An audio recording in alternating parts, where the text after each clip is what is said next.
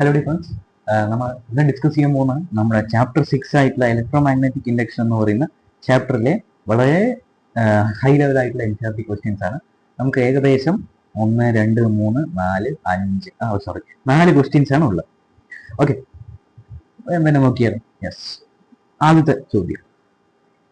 അപ്പോൾ ഈ ഒരു ക്വസ്റ്റ്യനിൽ നമുക്ക് പ്രെഡിക്ട് ദ പൊളാരിറ്റി എന്നാണ് അല്ലേ ചോദിച്ചിരിക്കുന്നത്. Yes, predict the polarity of the capacitor in the situation described by figure 6.9. ഇവിടെ നമ്മൾ നോക്കിയാൽ നമുക്ക് കാണാൻ സാധിക്കും. നമുക്ക് ഇവിടെ നോക്കിക്കഴിഞ്ഞാൽ നമുക്ക് ഈ ഒരു മാഗ്നറ്റ് ഉണ്ടല്ലോ, ഈ ഒരു മാഗ്നറ്റ് നമുക്ക് സൗത്തിലേക്ക്, അതായത് റൈറ്റിൽ നിന്ന് ലെഫ്റ്റിലേക്ക് വരിക. ഓക്കെ, റൈറ്റിൽ നിന്ന് ലെഫ്റ്റിലേക്ക് വരുന്ന സമയത്ത് ഈ റിംഗ് ഉണ്ടല്ലോ, ഈ റിംഗുമായിട്ട് ഫേസ് ചെയ്തിരിക്കുന്ന ഈ ഒരു മാഗ്നറ്റിന്റെ പൊളാരിറ്റി സൗത്ത് അല്ലേ. ഈ ഒരു സൗത്തുമായിട്ട് ഈ ഒരു റിങ് റിപ്പൽ ചെയ്യും എപ്പോഴും. എന്തുകൊണ്ടാന്ന് ചോദിച്ചു കഴിഞ്ഞാൽ അത് നമ്മുടെ ലെൻസസ് ലോ കാരണമാണ്. ഓക്കെ, ലെൻസസ് ലോ കാരണമാണ്. ലെൻസസ് ലോ എന്താ പറയുന്നത്? നമ്മുടെ ഈ ഒരു മാഗ്നറ്റ് കാരണമല്ലേ ഈ ഒരു സംഭവത്തില്, ഈ ഒരു റിങ്ങില് മാഗ്നറ്റിക് ഫീൽഡ് ഉണ്ടാകും. അതിന്റെ നേരെ ഓപ്പോസിറ്റ് ആയിട്ടായിരിക്കും അവിടെ EMF അല്ലെങ്കിൽ കറണ്ട് ഒഴുകുക. ഓക്കെ, ലെൻസസ് ലോ അതാ പറയുന്നത്. അതായത് മാഗ്നറ്റിക് ഫീൽഡ് ഉണ്ടാക്കുന്നയാളുടെ opposite direction, EMF is in the negative direction of flux.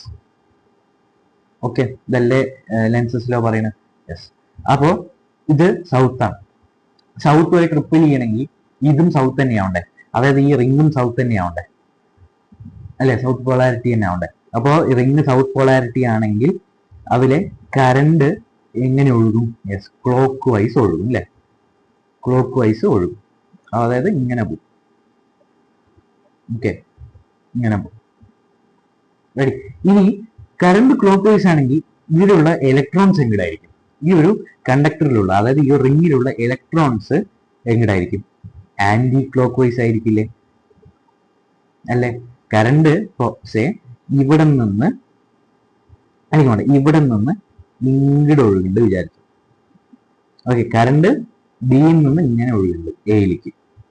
പക്ഷെ ഇലക്ട്രോൺസ് എയിൽ നിന്ന് നേരെ എങ്ങോട്ട് ഒഴുകും? ബിയിലേക്ക് ഒഴുകില്ലേ. അതാണ് ഇവിടെ പറയുന്നത്. ഇലക്ട്രോൺസ് പോകുമ്പോൾ അവിടെ പോസിറ്റീവ് ചാർജും ഇലക്ട്രോൺസ് ഗെയിൻ ആകുമ്പോൾ അവിടെ നെഗറ്റീവ് ചാർജാണ് നമുക്കറിയാം. എയിൽ നിന്ന് ഇലക്ട്രോൺസ് പോയി ബിയിലേക്ക് എത്തുകയല്ലേ ചെയ്യണം. യെസ്, അപ്പോ എയിലേക്ക് എന്താവും? ഇലക്ട്രോൺസ് പോണുകൊണ്ട് അവിടെ എയിന് എന്താവും? A has positive polarity. ബിയിലേക്ക് ഇലക്ട്രോൺസ് ആയിട്ടുള്ള നെഗറ്റീവ് ആൾക്കാർ വരികയല്ലേ ചെയ്യണം. അപ്പോ ബിന് എന്താവും? യെസ്, നെഗറ്റീവ് പൊളാരിറ്റിയും കിട്ടും. ഇതാണ് നമ്മുടെ ഈ ഒരു ക്വസ്റ്റ്യനിലുള്ളത്. ഇത് ഇവിടെ ട്വിസ്റ്റ് ഉണ്ടാക്കുന്നത് നമ്മുടെ ലെൻസസ് ലോ ആണെന്നേ ഉള്ളൂ. റെഡി. ഓക്കെ, അപ്പോൾ ലെൻസസ് ലോ പ്രകാരം ഇത് സൗത്ത് ഒഴുകുന്നു. സൗത്ത് കാരണം ആന്റി ക്ലോക്ക് വൈസ് ഒഴുകുന്നു. ക്ലോക്ക് വൈസ് കറണ്ട് ഒഴുകുന്നു. അതുകൊണ്ട് ആന്റി ക്ലോക്ക് വൈസ് ഇലക്ട്രോൺസ് ഒഴുകുന്നു. ഇലക്ട്രോൺസ് എയിൽ നിന്ന് ബിയിലേക്ക് ഒഴുകണമെന്ന് തന്നെ എ പോസിറ്റീവും ബി നെഗറ്റീവ് ആയിട്ട് മാറും. റെഡി. യെസ്, ഇത് ഉറപ്പായിട്ടും ചോദിക്കേണ്ട ആ ഒരു ടൈപ്പ് ചോദ്യങ്ങളാണ്. ഓക്കെ, നമുക്ക് നോക്കാം. കറണ്ടിന്റെ circuit falls from 5 to 0 ampere in 0.1 second. Average EMF 200 volt ആണ് തന്നിട്ടുണ്ട്. നമുക്ക് എന്താ തന്നിരിക്കുന്നത്? DI തന്നിട്ടുണ്ട്. DI പറഞ്ഞാൽ ചേഞ്ച് ഇൻ കറണ്ട്. അത് 5ൽ നിന്ന് 0യിലേക്ക് മാറുക. അതായത് 5 - 0 DI 5 ആംപിയറും തന്നിട്ടുണ്ട്. ഇനി DT തന്നിട്ടുണ്ട്. DT is equal to 0.1 second.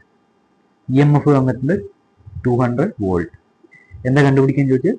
Self inductance L ആണ് കണ്ടുപിടിക്കാൻ ചോദിച്ചത്. നമുക്കറിയാം E is equal to L DI/dt. Minus ഒഴിവാക്കി. ലെൻസസിലോ നമ്മളോട് ഉപയോഗിക്കില്ല, മാഗ്നിറ്റ്യൂഡ് മാത്രം എടുത്തു. ഓക്കെ, നമുക്ക് EMF dϕ/dt എന്നറിയാം. അല്ലെങ്കിൽ വേണ്ട, ഇവിടെ EMF മാത്രമേ തന്നിട്ടുള്ളൂ. ഓക്കെ, ഇത്രയോ. EMF വന്നിട്ടുണ്ട് ഇവിടെ 200 ആണ്. L ആണ് കണ്ടുപിടിക്കേണ്ടത്. DI തന്നിട്ടുണ്ട് 5 ആണ്. ഇത് 0.1 ആണ്. അപ്പോൾ 200 × 0.1 by 5 അല്ലെങ്കിൽ ഇൻറ്റു 5L നമുക്ക് കൊടുക്കാം. ഇത് നമുക്ക് L അല്ലേ കണ്ടുപിടിക്കേണ്ടത്. അപ്പൊ L is equal to 200. Sorry, ഇങ്ങനെ എഴുതാം. ഇവിടെ എഴുതാം. L is equal to 200 × 0.1 by 5. ഏകദേശം നമുക്ക് കാൽക്കുലേറ്റർ നോക്കാം. 200 ഇൻറ്റു 0.1/5 4 ഹെൻറി എന്ന് കിട്ടും.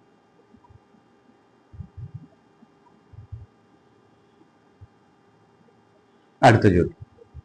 Pair of adjacent coils has mutual inductance of 1.5 Henry.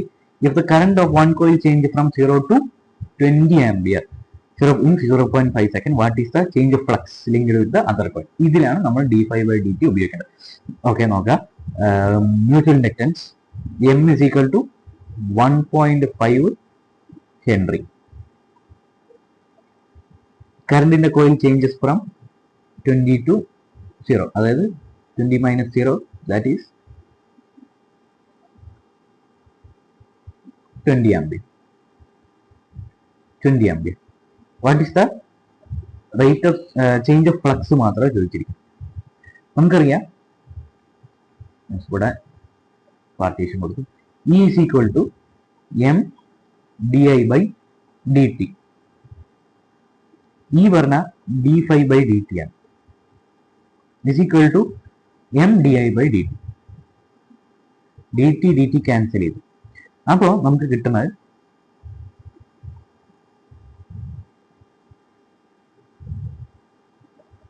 d5 is equal to M di എന്ന് കിട്ടും. അപ്പോൾ M എന്ന് പറഞ്ഞാൽ 1.5, di പറഞ്ഞാൽ 20.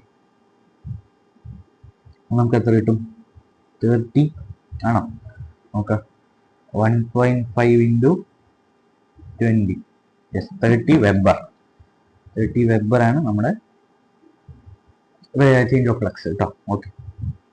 Pair of adjacent coil has mutual inductance 1.5. ഇത് അതേ ക്വസ്റ്റ്യൻ തന്നെ. ഓക്കെ, ഇത് വേണ്ട, അത് ക്യാൻസൽ ചെയ്തു, ഇത് വേണ്ട. ഓക്കെ, അപ്പോൾ ഇത്രയാണ് നമുക്ക് എന്ത് ചെയ്യേണ്ടത്. നമ്മുടെ ഇലക്ട്രോ മാഗ്നറ്റിക് ഇൻഡക്ഷൻ എന്ന് പറയുന്ന ചാപ്റ്ററിൽ ഈ ക്വസ്റ്റ്യൻ ഇമ്പോർട്ടൻ്റ് ആണ്, ചോദിക്കാവുന്നതാണ്. ക്വസ്റ്റ്യൻ ഉൾപ്പെടെയുള്ള എല്ലാ ചോദ്യങ്ങളും നമ്മൾ ഡിസ്കസ് ചെയ്തിട്ടുണ്ട്. നമ്മുടെ ബോർഡ് എക്സാമിന് വരാൻ ചാൻസ് ഉള്ള ചോദ്യങ്ങളാണ് ഇതൊക്കെ. ഓക്കെ, നമ്മുടെ പ്ലേ ലിസ്റ്റ് ഉണ്ട്.